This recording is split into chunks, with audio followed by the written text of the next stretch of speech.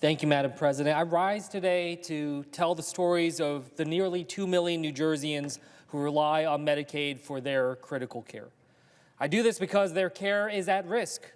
I do this because the care of more than 72 million Americans across our country enrolled in Medicaid is at risk.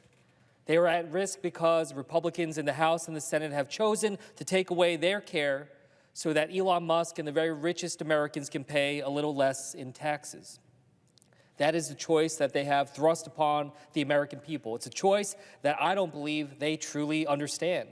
So I'd like to take some of my time today on the floor to explain what happens when we choose Elon Musk's well-being over the people we've sworn to serve. To truly understand this, you need to understand that for tens of millions of Americans, Medicaid is their lifeline from the womb to their final years. In New Jersey, nearly 1 out of 3 births is covered by Medicaid. But even before that birth takes place, mothers receive prenatal care covered by Medicaid. That means for millions of parents across the country, the first images they see of their child in those early ultrasounds are because of Medicaid. It means that prenatal vitamins that provide the folic acid necessary to ensure proper development are because of Medicaid. It means that if there is a complication in pregnancy, that those parents can focus on their health and the health of their unborn child, not whether or not they'll be able to cover the costs of their care. That is because of Medicaid. So when Republicans are saying we need to cut Medicaid, remember that it's Elon Musk who wins and those expecting parents who lose. When those children are born into the world, tens of millions rely on Medicaid. Nationally, about 40% of children are enrolled in Medicaid or CHIP. In New Jersey, 1/3 of children, 1 in 3 kids in my state are enrolled in Medicaid. Now, as a father of a 7-year-old and a 9-year-old, I can tell you that the most important thing is knowing that your kids are healthy. There are a lot of things that are outside of your control as a parent. You can do everything right, but sometimes you just need help. Kids get sick, and having that assurance that they can get the care that they need is an important thing. When you take away Medicaid, you're not just taking away, you're taking away the peace of mind that parents deserve.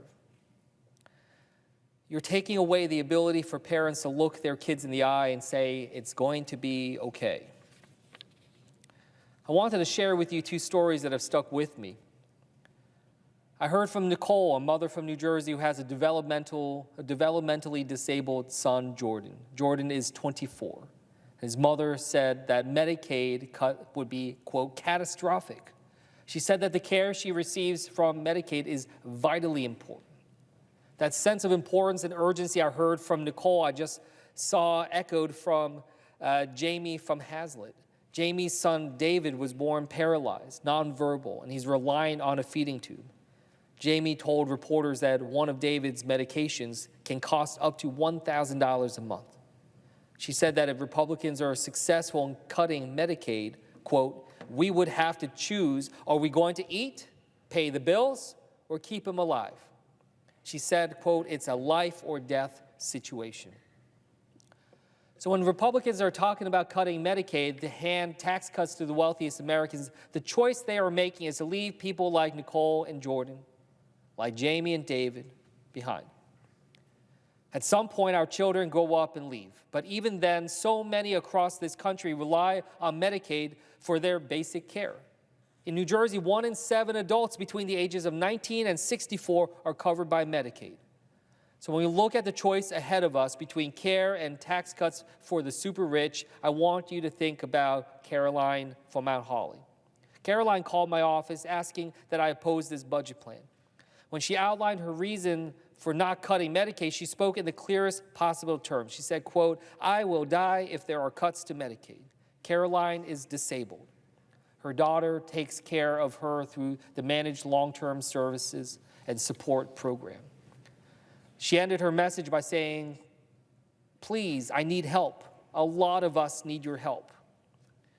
These are the people that need help, not Elon Musk, not the billionaires. It's like people like Caroline from Hackettstown. Caroline called my office because her brother is on Medicaid.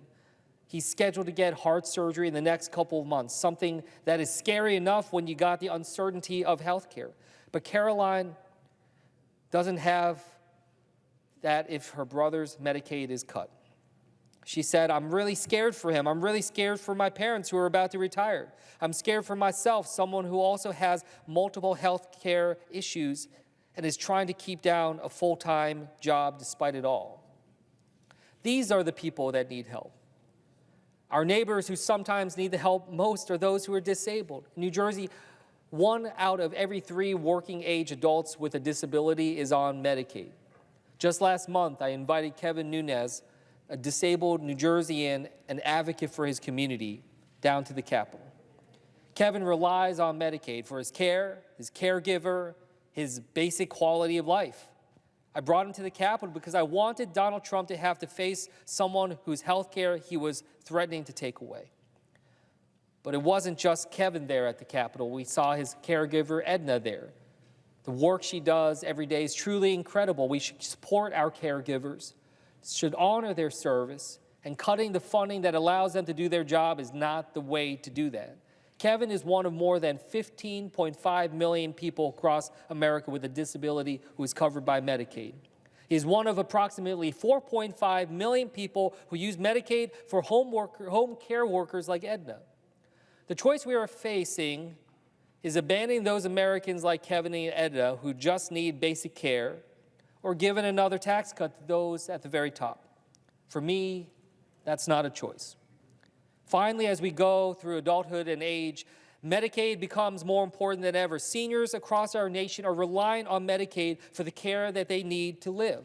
60% of nursing home residents in New Jersey use Medicaid to pay for care. When seniors are on a fixed income, like so many of them are, Medicaid can be the difference between life or death. Annie, a teacher in New Jersey, called my office recently. Her mother is on Medicaid, 71 years old, recently had hip surgery. She has no other income than her Social Security and asked that we do everything we can to make sure her Medicaid isn't cut. As someone who is not just a father of 2 young kids, but as a caretaker of an older parent, it weighs on me, and I understand the challenges that are there. Knowing that you have to do everything you can to make sure that the people you love have the care that they need. Life is hard enough. Care is hard enough. The point of Medicaid, the point of government is to make it a little easier, a little more bearable. So when Republicans come to the floor with a budget that threatens to cut Medicaid so they can give tax cuts and tax breaks to the ultra-rich, the choice they're putting before us is making your lives worse to make their lives better. It's making your health care worse to make their bank accounts bigger. It's making your future more uncertain to make their futures brighter. That can't be an acceptable choice. It's not one we have to make. We can reject this budget resolution and save Medicaid, save health care. We can reject this budget resolution and choose to support that expecting mother who just wants to give birth to a healthy child. We can reject this budget resolution and choose to support that child as they grow. We can reject this budget resolution and choose to support our neighbors who work hard but just need that little bit of help to stay healthy and achieve the American dream. And finally, we can reject this budget resolution and choose to support our seniors who we owe the best care to them in their golden years. This is a moment to show the 2 million New Jerseyans on Medicaid, the nearly 80 million Americans on Medicaid, and every other American across this country that we choose their well-being over the wealth and power of those who already have plenty.